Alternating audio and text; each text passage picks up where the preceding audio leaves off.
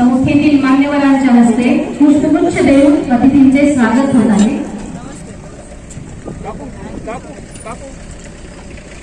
टाळ्यांच्या गजरात आपण सर्वांनी यांचं स्वागत करायचं आहे।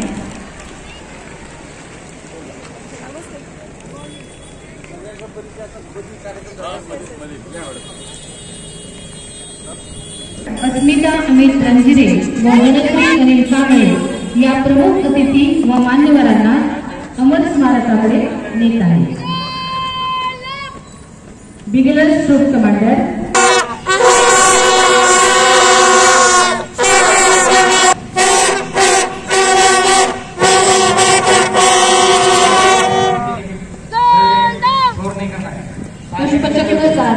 पुष्पचक्र घेऊन जाणारे राजस्थान विद्यालयाचे पायलट मंगेश प्रदीप येदले मान्यवर अमर स्मारकाकडे येत आहे। देशाला स्वातंत्र्य मिळवण्यासाठी व देशरक्षणासाठी शहीद झालेल्या वीरांना प्रमुख पाहुण्यांच्या हस्ते आदरांजली अर्पण करण्यात येत आहे।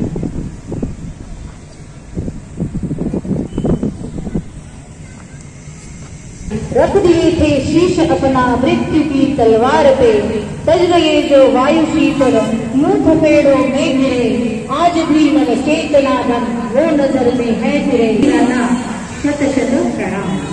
त्या पायलट अनुजा सुसेनगार व संध्याराणी दत्तात्रय गोरगे या मान्यवरांना गार्ड ऑफ ऑनर साठी घेऊन येत आहे। श्री बंकटलाल लाहोटी इंग्लिश स्कूलची विद्यार्थिनी ग्रुप लीडर श्रावणी देवीदास खंदाडे व सर्व गार्ड मान्यवरांना सन्मानपूर्वक सलामी देत आहे।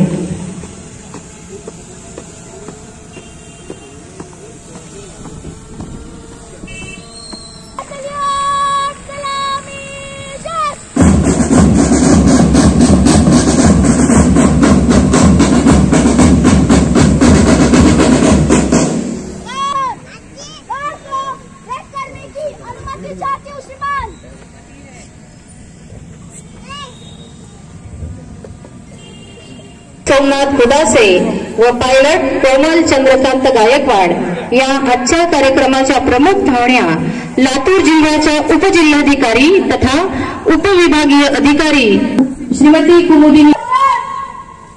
प्रमुख अतिथींना विनंती आहे की त्यांनी संस्थेचा ध्वज फडकवावा।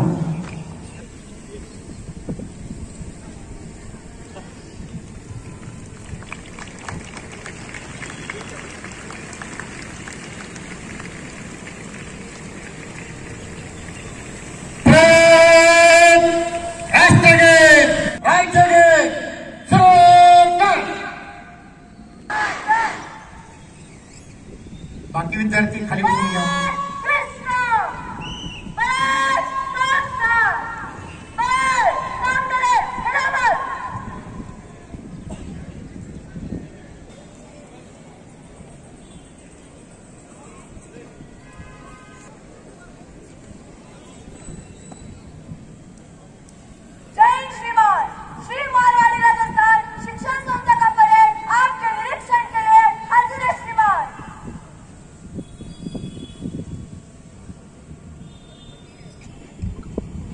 परेड कमांडर स्कूल से यूकेजी से विद्यार्थी आपल्या समोर संचलन सादर करीत आहेत। संस्था के नन्हे मुन्ने राही जो अतिथियों को सलामी देने के लिए कदम से कदम मिलाकर चल रहे हैं, उनके लिए जोरदार तालियां बजनी चाहिए। बहुत बढ़िया। या ट्रूप से नेतृत्व करेगा। एक साथ नीचे बैठेंगे, बैठ जाओ। Very good. अत्यंत आनंददायी क्षण आहे हा। या राजस्थान विद्यालयाचे विद्यार्थी टप्प्याटप्प्याने आला तरी चालेल। उपविभागीय अधिकारी माननीय रोहिणी लाहे, संस्थेचे विश्वस्त अध्यक्ष श्रद्धेय लक्ष्मी रमणजी लाहोटी, संगीत चमू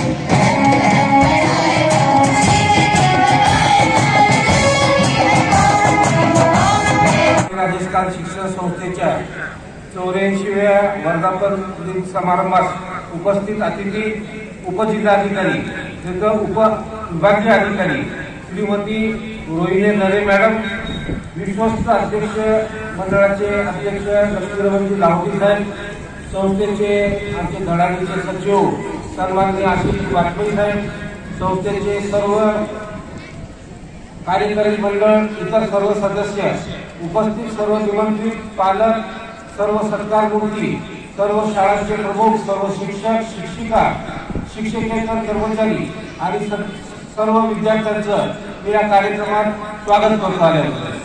सर्वप्रथम तुम्हा सर्वांना संस्थेच्या 84व्या वर्धापन दिनाच्या खूप खूप शुभेच्छा देतो. विद्यार्थ्यांच्या सर्वांगीण विकासासाठी चालू असलेला अखंड ज्ञानयान आपल्या संस्था महाराष्ट्रातच नव्हे तर संपूर्ण देशात अग्रेसर आहे. सध्या वडू फळ्याच्या कालखंडापासून सुरू झालेली संस्था आता स्मार्ट बोर्ड, डिजिटल बोर्ड पर्यंत आलेली आहे. मराठी, सेमी इंग्रजी, इंग्रजी आणि सीबीएसई माध्यमातून शिक्षण देणारी ही संस्था सुमारे 8000 विद्यार्थ्यांच्या उत्कर्ष केंद्र आहे. राष्ट्रीय शैक्षणिक धोरण 2020 नुसार नवा भारत घडविण्यासाठी पुढील पिढी घडविणारे शिक्षण देणे ही काळाची गरज आहे. बहुशाखीय शिक्षण प्रणाली आणि इच्छेनुसार शिक्षण ही एमईपी 2020 चे उद्दिष्ट आहे. आमची संस्था पूर्वीपासूनच यासाठी तयार आहे. याचाच भाग म्हणून संस्था अकॅडमिक बरोबरच कल्चरल, स्पोर्ट्स, शिस्त, संरक्षण, साहित्य, संगीत, कला आदी क्षेत्रांकडे विशेष लक्ष देते. यासाठी आवश्यक असणारे इन्फ्रास्ट्रक्चर आणि मनुष्यबळ आम्ही मुबलक पुरवतो. लवकरच संस्था डे बोर्डिंग स्कूल सुद्धा आपल्या सगळ्यांसाठी लवकरच सुरू करत आहे. म्हणजे आवश्यकतेनुसार मुलांचा आहार आणि व्यायाम याकडे लक्ष देता येईल. अर्थात शालेय पोषण आहार आणि पूरक आहार पुरवण्यामध्ये आमचा अनुदानित शाळा अव्वल आहे. गुणवंत विकासासाठी आमचा स्टाफ सदैव तत्पर असतो. तुम्ही सर्व गुणवान मुले या सर्वांचा आवश्यक लाभ घ्याल आणि स्वतःची व देशाची उन्नती घडवाल याचा मला सार्थ अभिमान आहे. आजच्या 72 कार्यक्रमामध्ये सहभागी सर्व विद्यार्थी, शिक्षक आणि शिक्षकेतर कर्मचारी यांचं मी खूप खूप कौतुक करतो व त्यांचं अभिनंदन करतो. आज ज्या गुणवंत शिक्षक आणि शिक्षकेतर कर्मचारी सेवा सत्कार झाला त्यांचा अभिनंदन आणि पुढील वाटचालीस शुभेच्छा देतो. सध्याचे युग ही तंत्रज्ञानाचे, नव्या शिक्षण पद्धतीचे आणि वेगवान युग आहे. आजची पिढी प्रचंड हुशार आणि सर्जनशील आहे. या मुलांना आवश्यक असा अभ्यासक्रम आणि त्यासाठी लागणारी साधने पुरवणे ही आता काळाची गरज आहे. विद्यार्थ्यांच्या सर्वांगीण व संस्कारक्षम विकासासाठी आमची संस्था सर्व प्रकार तयार आहे. संस्थेतील कर्मचारी सर्वोपरी प्रयत्न करीत आहेत. यातून हजारो मुलं मुली जगाच्या कान्याकोपऱ्यात आपल्या देशाचं नाव उज्ज्वल करीत आहेत. आपल्या कार्याचा ठसा उचलत आहेत. पुढेही असे गुणवान विद्यार्थी संस्थेतून घडतील. आम्ही त्यासाठी प्रयत्नशील राहू. आपण सर्वांची साथ मिळेल या विश्वासासह माझे 2 शब्द संपवितो आणि आपला हा माझं मनोमत संपवितो. जय हिंद, जय महाराष्ट्र. व्यासपीठावर उपस्थित श्री मारवाडी राजस्थान शिक्षण संस्थेचे अध्यक्ष, उपाध्यक्ष, सर्व संचालक मंडळ, शिक्षण संस्थेच्या सर्व शाळांचे मुख्याध्यापक, सर्व आदरणीय शिक्षक, इथे उपस्थित सर्व पालकवर्ग आणि एवढ्या मोठ्या संख्येने उपस्थित असणारे माझे विद्यार्थी मित्र आणि मैत्रिणी, आज या ठिकाणी श्री मारवाडी राजस्थान शिक्षण संस्थेचा 84वा संस्था वर्धापन दिन समारंभानिमित्त आपण सर्वजण एकत्र इथे जमलेलो आहोत.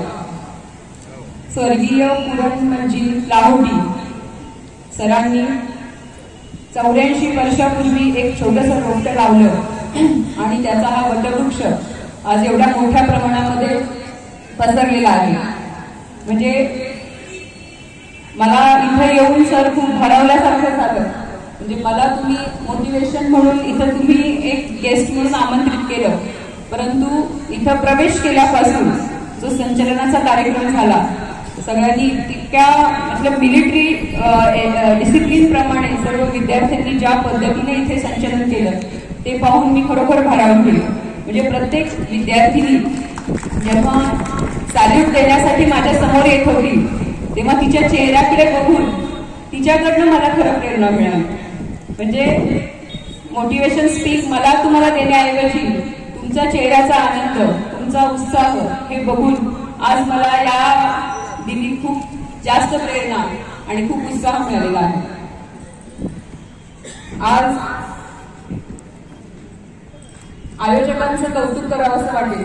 मी खूप शाळा बघितल्या, परंतु ही जी एज्युकेशन सोसायटी आहे म्हणजे डिसिप्लिन ही कोणत्याही संस्थेसाठी सगळ्यात महत्वाची आहे आणि यासाठी सगळ्यात आवश्यक आहे ते म्हणजे मार्गदर्शन. जसं वाजपेयी साहेबांनी मला सांगितलं की एनसीसीची जी शिस्त आहे ती रुजवण्याचा त्यांचा हा प्रयत्न, त्यांनी ज्या पद्धतीने ते मार्गदर्शन करतात आणि विशेषतः सर्व शिक्षकांचं मला खूप कौतुक करावं असं वाटतं. म्हणजे हे जे बॅकग्राऊंडला कोण होतं ते तुमचे हे सगळे सर, तुमच्या मॅडम यांच्यामुळे तुम्ही ज्या पद्धतीने आज हा प्रोग्राम आयोजित केलेला आहे. दिस इज जस्ट अ प्रोग्राम, परंतु यामागे तुमचे जे गुण आहेत याचा जो बॅकग्राऊंड आहे ते तुमचे शिक्षक आहेत. जेव्हा जेव्हा मी शाळेत जाते, आज एक अधिकारी म्हणून मला इथे शाळेच्या एका कार्यक्रमाला येण्याची संधी मिळाली, परंतु शाळेत मी जेव्हा येते तेव्हा एक सिरियसली हा एक माझ्यासाठी भावनिक क्षण असतो. म्हणजे शाळा आणि शिक्षक हा आपल्या समाज बांधणीचा काय म्हणू शकतो आपण एक आधारस्तंभ आहे. म्हणजे तुमचं समाजासाठी जे कॉन्ट्रीब्युशन आहे त्याचं कधीच मूल्य होऊ शकत नाही.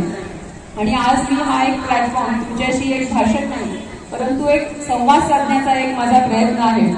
इथं खूप सिनियर लोक आहेत डायसवर बसलेले, त्यांच्यासमोर मी एक खूप लहान आहे म्हणजे अनुभवाने आणि वयाने सुद्धा, परंतु माझा काही शिक्षण म्हणजे शाळेचा अनुभव असेल किंवा करिअरचा आजकालचा काही जो अनुभव असेल त्या अनुभवातून मला तुमच्याशी भाषणाऐवजी एक संवाद साधावा असा वाटतो. तर मला एक विचारायचं वाटतं की हाऊ इज द जोश टुडे.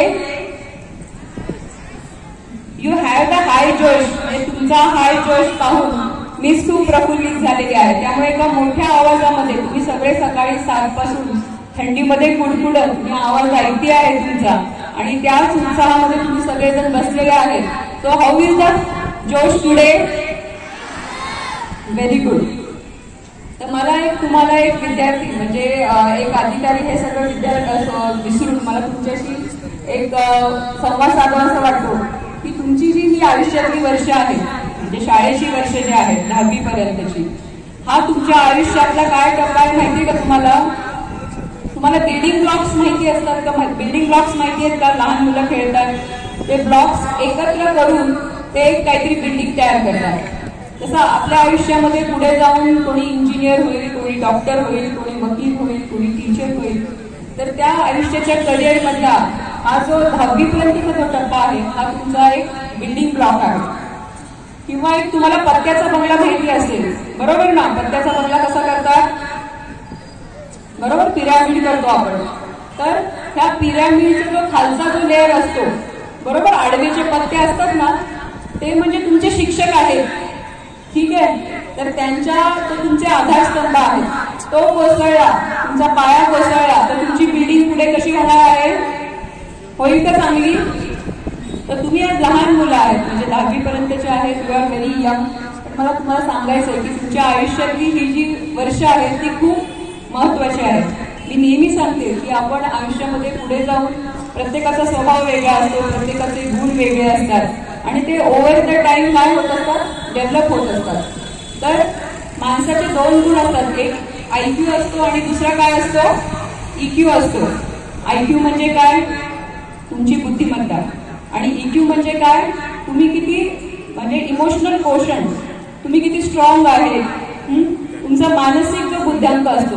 तर हा जो डेव्हलप होण्याचा जो कालावधी आहे तर तो तुमच्या आयुष्यातल्या 20 किंवा 21व्या वर्षापर्यंत डेव्हलप होतो आणि तो जसा डेव्हलप होतो तो तुमचा कायम आयुष्यभर तसाच राहतो. त्यामध्ये एक 10% काही बदल होऊ शकतो. त्यामुळे तुमची ही आयुष्यातली खूप महत्वाची वर्ष आहेत आणि मला तुम्हा सगळ्या विद्यार्थ्यांना सांगावं असं वाटतं की शाळेत आल्यावरती तुमचे पालक असतील किंवा शिक्षक असतील त्यांचं तुम्हाला रोज सकाळ संध्याकाळ काय म्हणणं असतं की अभ्यास करा. मुलांनो काय करा? अभ्यास करा. तर मला तुम्हाला विचारायचं आहे की अभ्यास का करायचा, याचं उत्तर तुम्हाला काय वाटतं? कशासाठी अभ्यास करायचा? अभ्यास करायचा का? अभ्यास करायचा. अभ्यास याच्यासाठी करायचा नाही की खूप डॉक्टर व्हायचे, खूप अमेरिकेत जाऊन खूप मोठं म्हणजे काय तुम्ही कोणी बिझनेसमॅन व्हाल. अभ्यास ह्याच्यासाठीच फक्त करायचा नाही. तर आपलं तुम्हाला माहिती का, आपण जर तुमचा पाय जो तुम्ही असा सरळ ठेवला 1-3 तास, तर तुम्हाला तो पायाने चालायला त्रास होतो, बरोबर आहे की नाही? तसंच आपला डोक्याचा जो ब्रेन आहे, मेंदू आहे, त्याच्यावरती आपलं पूर्ण आयुष्य चाललेलं आहे. त्याला जर तुम्ही चालवलं नाही, बरोबर, त्या ब्रेनला सुद्धा काय करावं लागतं? एक्सरसाइज करावं लागतं. तर हा ब्रेन म्हणजे एक प्रकारचा अभ्यास आहे. म्हणजे परीक्षेमध्ये मार्क मिळवणं हे तर डेफिनेटली आपल्याकडची जी परीक्षा पद्धती आहे त्याला आवश्यक आहे, परंतु अभ्यासाने वेगवेगळे प्रश्न सोडवणे, कॉम्प्लेक्स प्रश्न सोडवणे, अॅनालाइज करणे, यामुळे तुमच्या मेंदूचा विकास होत असतो. त्यामुळे अभ्यास हा सगळ्यांना करायचाच आहे. अजून मला एक तुम्हाला सांगायचं आहे की तुम्ही आता हे काय म्हणू शकतो, आपण मातीचा गोळा असतो, त्याला जसा आकार दिला जातो तसा तो घडतो. त्यामुळे तुमच्यासाठी मला एक काही शेअर करावंसं वाटतं की काही सवयी आणि काही गुण तुमच्या जीवनामध्ये तुम्ही अंगीकरणं आवश्यक आहे. एक असं म्हणतात की जिंदगी जीने के 2 तरीके होते हैं. ऐका सगळ्यांनी, जिंदगी जीने के कितने तरीके होते हैं? 2 तरीके होते हैं. पहला तरीका क्या है? जो हासिल है उसे पसंद करना सीखो. जो हासिल है उसे पसंद करना सीखो. और दूसरा तरीका क्या है? जो पसंद है उसे हासिल करना सीखो. समजलं का तुम्हाला? जो हासिल आहे, जे मिळालंय, ठीक आहे, आता मी काय करणार आहे, माझं डोकं एवढं चालतंय, मी काय, माझा अभ्यास एवढा होतोय, त्याच्यावर मी काय सॅटिस्फाईड आहे आणि ओके, मग ते तरी आवडून घ्या. पण तुम्हाला असं आवडेल का आयुष्यामध्ये पुढे जायला आवडेल ना? मी डेप्युटी कलेक्टर आहे, तुम्ही कलेक्टर बनलं पाहिजे, करेक्ट? त्यामुळे जो पसंद है उसे हासिल करना सीखो. तर मग ते हासिल आपोआप होईल का? ते आपोआप मिळेल का? तर डेफिनेटली नाही. तर तुमच्यामध्ये आपल्याला खूप गुणांची आवश्यकता आहे, परंतु मला तुम्ही एक स्टुडंट्स आहे, तुमच्यामध्ये तुम्ही चेंजेस करू शकता. म्हणून तुम्हाला मी काही ठराविक गुण तुमच्या अंगामध्ये असावेत असं मला वाटतं. तर पहिल्या सगळ्यात महत्वाचा गुण म्हणजे तुम्ही ध्येयवादी राहा. You please keep some aim in front of you. कुणाला खेळाची आवड असेल, कुणाला अभ्यासाची आवड असेल, प्रत्येकाचं एक वेगळं क्षेत्र त्यांनी ठरवलं आहे की मला तिकडेच जायचं. पण तुम्ही एक स्वतः समोर एक गोल ठेवलं पाहिजे. जसं मी नेहमीच म्हणते की अर्जुनाला नेहमी काय दिसायचा? पक्षाचा डोळा दिसायचा. तर तो एम जर तुम्ही ठेवलं तर तुम्ही निश्चितच कोणतंही तुम्ही जरी आयुष्यामध्ये ध्येय ठेवलं तर तुम्ही निश्चितपणे यशस्वी होणार आहे. दुसरं म्हणजे डिसिप्लिन, शिस्त. आज तुमच्या संचलनातून मी जे काही पाहिलं तर तुम्हाला डिसिप्लिन बद्दल काही सांगण्याची आवश्यकता आहे असं मला वाटत नाही. डिसिप्लिन म्हणजे काय? तर कमिटमेंट. आपण एखादी गोष्ट ठरवली की ती करणेच, यासाठी आवश्यक जो गुण आहे तो म्हणजे डिसिप्लिन. त्यासाठी वेळेत येणं, किंवा एखादा तुम्ही स्कूल स्टुडंट्स आहेत, अभ्यास पूर्ण करणं, किंवा आई वडिलांनी काही सांगितलेल्या गोष्टी आहेत त्या पाळणं, याला तुम्ही डिसिप्लिन म्हणू शकता. तिसरं महत्वाचं म्हणजे प्लॅनिंग. प्लॅनिंग म्हणजे काय? नियोजन. आता आज आम्ही एक गव्हर्नमेंट ऑफिसर म्हणून काम करतो, तर कामाचा एवढा आवाका आहे किंवा कामाचे एवढे प्रकार आहेत, तर त्यामुळे जर तुम्हाला या वयामध्ये प्लॅनिंग म्हणजे नियोजन करायची जर सवय या वयात लागली तर ती डेफिनेटली तुम्हाला पुढे जाऊन फायदेशीर होणार आहे. असं म्हणतो आपण की if you fail to plan you are planning to fail. जर तुम्ही प्लॅन केला नाही, हॅझर्डली कुठलाही अभ्यास असेल, काम असेल, तुम्ही डेफिनेटली हे फेल होणार आहे. तर हा प्लॅनिंगचा गुण तुमच्यामध्ये असला पाहिजे.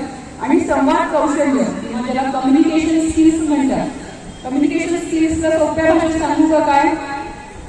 कम्युनिकेशन स्किल्स म्हणजे मी तुम्हाला काय सांगते आहे हे जर तुम्हाला कळलं, दुसऱ्याला कन्व्हिन्स करणे किंवा आपल्या मनातले विचार दुसऱ्यापर्यंत पोहोचणे, या पद्धतीने तुम्हाला बोलता आलं तर त्याला काय म्हणू शकतो आपण? You have good communication skills.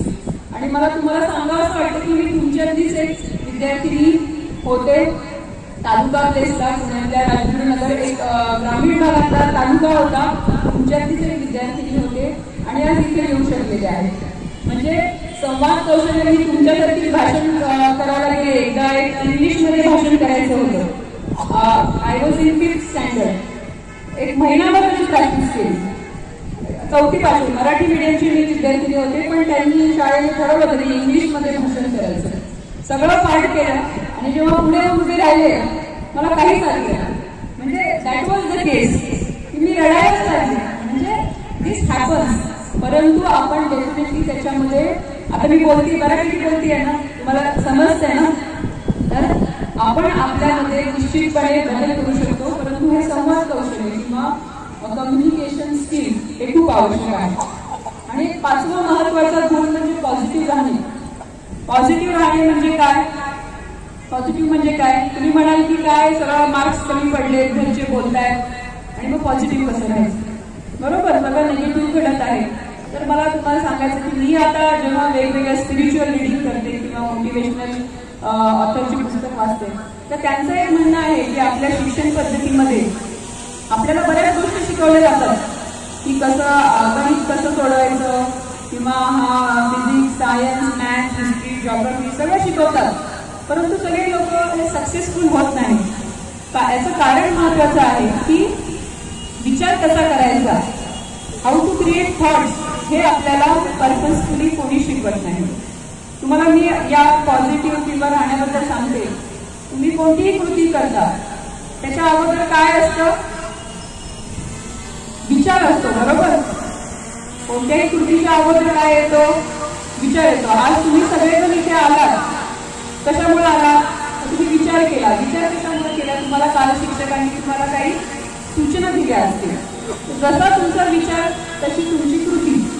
त्यामुळे तुम्ही कशा प्रकारचे थॉट्स क्रिएट करता ह्याच्यावरती तुम्हाला स्वतःहून हे कॉन्शियसली करायचं एक काम आहे. तुम्ही अजून खूप लहान आहे, पण तुम्हाला असं वाटतं की इथे सगळे शिक्षक, आदरणीय शिक्षक सर्व आहेत, तर ह्याच्यावरती सुद्धा तुम्ही मुलांना गाईड केलं पाहिजे. जसं मी तुम्हाला सांगितलं की 5 गुण तुमच्या अंगामध्ये तुम्ही गुण हे बाळगण्याचा प्रयत्न करावा. पहिलं म्हणजे फोकस किंवा ध्येयवादी राहणे.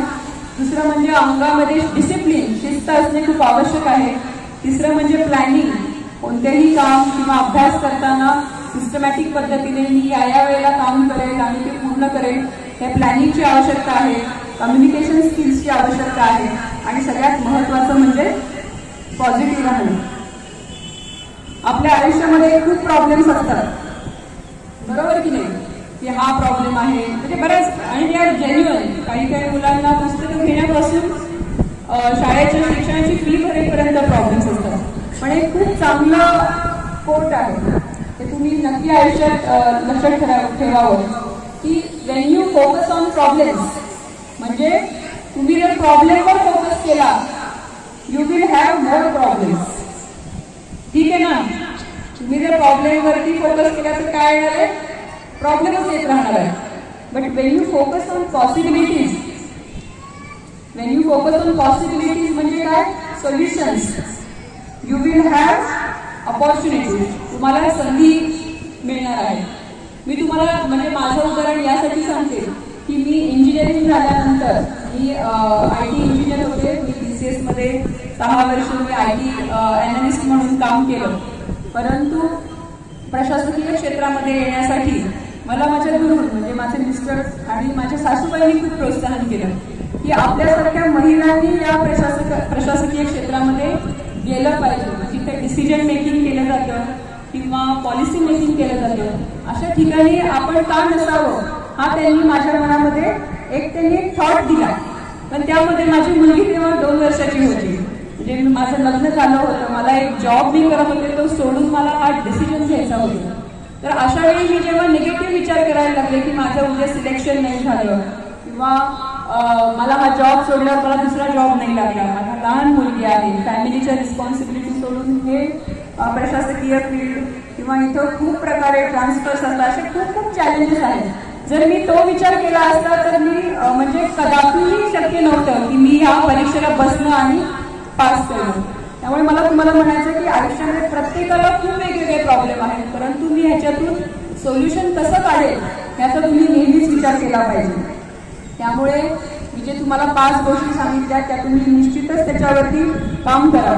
आणि काही सवयी आहेत, गुण वेगळे आणि सवयी हॅबिट्स की ज्या आपल्या डेली ह्याच्यामध्ये आपल्याला पडून गेलेल्या असतात. मग त्या सवयी काही आपल्याला चांगल्या सवयी अंगात बाणवणे किंवा वाईट सवयी सोडून देणे. तुम्ही लहान मुलं आहेत, तुम्ही ते इझिली करू शकतात, म्हणून मला तुम्हाला सांगायचं आहे. असं एक म्हणतात की you will never change your life. तुम्ही तुमचं आयुष्य कधीच बदलू शकत नाही until you change something you do daily. तुम्ही दैनंदिन जे करता ते बदलल्याशिवाय तुमचं आयुष्य हे कधीच बदलणार नाही. आलं का लक्षामध्ये? ते सवय ही गोष्ट काय आहे? You do something daily. तर काही एक 4-5 सवयी तुम्ही अंगी बांधवाव्या. पहिलं म्हणजे हॅबिट ऑफ रीडिंग, वाचनाची सवय. आज मी तुम्हाला गाईड करते, तुमचे शिक्षक तुम्हाला मोटिवेट करतात, तुमचे आईवडील तुम्हाला सपोर्ट करतात, पण प्रत्येक वेळी आयुष्याच्या प्रत्येक टप्प्यावर तुम्हाला असं कोणी भेटेल याची काही गॅरंटी नाही. तर आपल्याला स्वयंसेवेने जाण्यासाठी पुस्तक हा सगळ्यात महत्वाचा गुरु आहे. मी माझ्या म्हणजे या कॉम्पिटेटिव्ह एक्झामच्या वेळेला मी खूप अप्स अँड डाऊन्स पाहिले. तर प्रत्येक वेळी तुमच्या बाजूला कोणीच नसतं, पण मी एक पुस्तक वाचलं होतं, विचार नियम म्हणून सरश्री यांचं एक पुस्तक आहे. तर ते पुस्तक माझ्यासाठी खूप टर्निंग पॉईंट ठरलं. म्हणजे मी तुम्हाला म्हणणार नाही तुम्ही खूप आपल्याला अभ्यासातून फार वेळ मिळत नाही, परंतु काही सिलेक्टिव्ह पुस्तकं असतात. 5 पुस्तक 10 पुस्तक वर्षातून 2 पुस्तक तरी मी वाचेल आणि त्या पुस्तकातून जे घेईन that should be imbibed in your mind. ते तुम्ही अंगी रुजवलं पाहिजे. त्यामुळे काही वाचनाची सवय तुम्ही अपार्ट फ्रॉम युअर स्टडी किमान एक पुस्तक तरी तुम्ही आता शालेय जीवनामध्ये 1 महिन्यामध्ये 6 महिन्यामध्ये जसा तुमचा वेळ अवेलेबल असा तसा तुम्ही करावा. दुसरं म्हणजे गुरुजनांचा आदर. म्हणजे मी अलीकडे बघते आहे जशी जशी नवीन पिढी येते आहे तसं तसं तो रिस्पेक्ट. म्हणजे आजही मी या ठिकाणी उभे आहे तर माझ्या 1ली पासून 10वी पर्यंतचे शिक्षक हे माझ्या डोळ्यासमोर आहेत. म्हणजे मी ॲट द एज ऑफ